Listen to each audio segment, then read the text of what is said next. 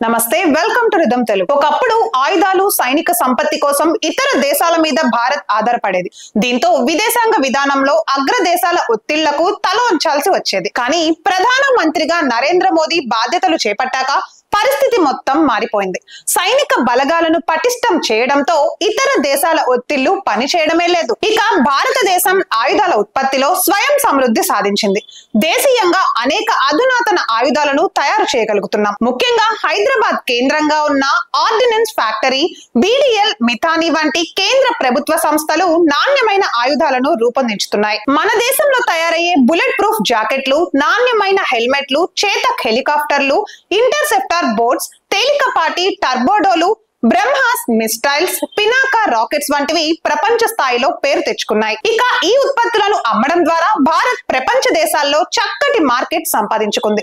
గడిచిన ఆర్థిక సంవత్సరంలో 20,000 కోట్ల స్థాయిని దాటి ఎగుమతులు చేయగలిగారు.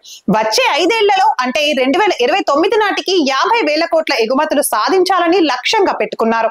ఇక ఇక్కడే ప్రధానమంత్రి నరేంద్ర మోదీ స్ట్రాటజీని అర్థం చేసుకోవాలి. ఆసియా దేశాల్లో చైనాను గట్టిగా వ్యతిరేకించడం ద్వారా ఒక బ్రాండ్ సృష్టించుకున్నారు. దీంతో చైనా వ్యతిరేక దేశాలు అయిన ఇండోనేషియా, మలేషియా, ఫిలిప్పైన్స్, వియత్నాం వంటి దేశాలు భారత్ కు దగ్గరయ్యాయి.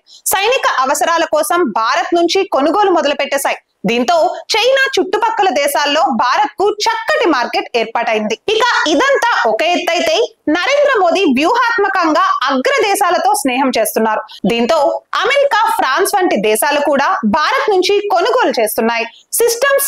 సిస్టమ్స్ విడి భాగాలను భారత్ నుంచి అమెరికా తీసుకుంటోంది. ఇక ఒకవైపు ఆసియా దేశాల్లో మార్కెట్ పెంచుకోవడం, మరోవైపు అక్కడ దేశాలతో స్నేహం చేయడం ద్వారా ప్రధానమంత్రి నరేంద్ర మోదీ వ్యూహం సూపర్ సక్సెస్ అయిపోయింది.